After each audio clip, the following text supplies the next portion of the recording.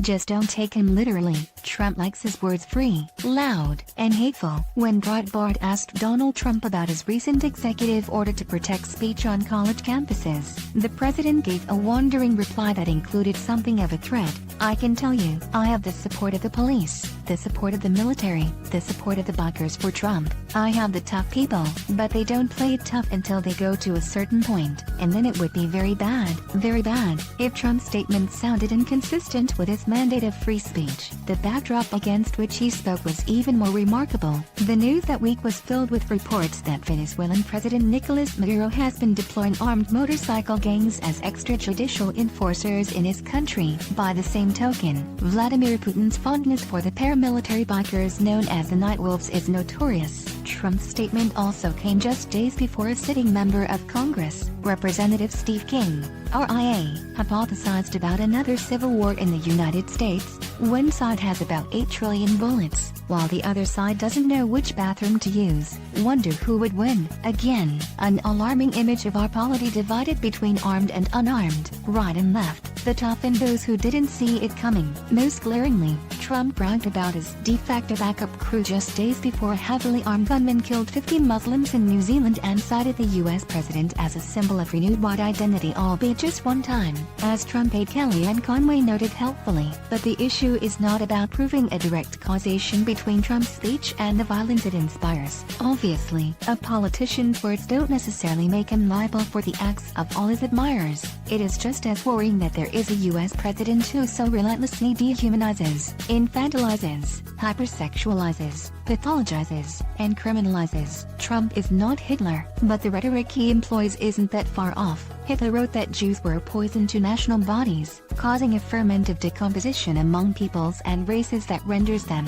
in the broader sense, a dissolver of human culture. Trump and many of his appointees have reinvigorated such sentiments with a caustic new life, applying them to everyone from Mexicans to Muslims to Democrats to dead war heroes. Low IQ, low life, parasitic, worst of the worst, scummy, wussy, disgraceful, ugly, fat-faced, coddled, vicious, animal, raping, drug dealing, a bad, very bad subhuman invasion. The philosopher Linterel writes about toxic speech in the context of Nazi demagoguery and the Rwandan genocide. She casts it as a public health problem in which hateful memes spread and can be tracked according to predictive patterns that divide groups, make people think the group division is natural, and encourage the use of derogatory terms to refer to the group you plan to eliminate, especially terms that have action-engendering power. Words that are action-engendering, that move people to act, are sometimes imperatives or have institutional heft. They are the bridge from purely linguistic descriptions to the non-linguistic behaviors that such terms license or permit. As Terrell observes about the dehumanizing images deployed in the Rwandan genocide, boys learn how to kill a snake with a machete, and so when Tutsi were called snakes, the Hutu militia knew exactly how to attack.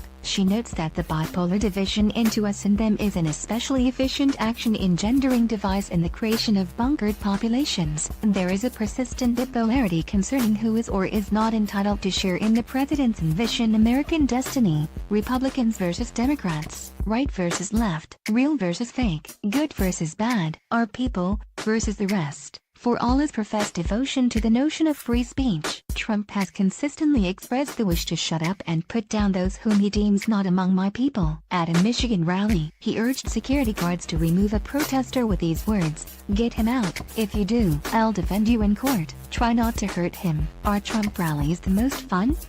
"We're having a good time," when a protester heckled him at a gathering in Las Vegas. Trump declared, "I'd like to punch him in the face." The president even offered to pay supporter John McGraw's legal fees after McGraw sucker punched a black heckler and then told an Inside Edition crew that we might have to kill him if he saw the protester again. McGraw, Trump heard, obviously loves the country. Hitler described the bonding effects of mass meetings as essential for esprit de corps. He wrote in Mein Kampf, one from his little workshop or bake factory, in which he feels very small. The ordinary man steps for the first time into a mass meeting and has thousands and thousands of people of the same opinion around him. When the visible success and agreement of thousands confirm to him the rightness of the new doctrine and for the first time arouse doubt in the truth of his previous conviction, then he himself has succumbed to the magic influence of what we designate as mass suggestion.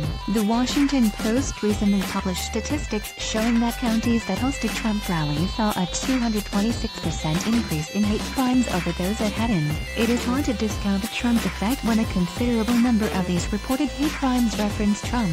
The story noted, "We are living through a time of emergency, just not the one to which Trump would assign meaning. The emergency of fear is precisely the great collective power among the armed and angry warriors to whom the president throws the red meat of his words. His words are more than insult or defamation. They carry the weight of constant threat. For, as commander-in-chief, his speech may be construed as imperative. Which of us will follow that command?"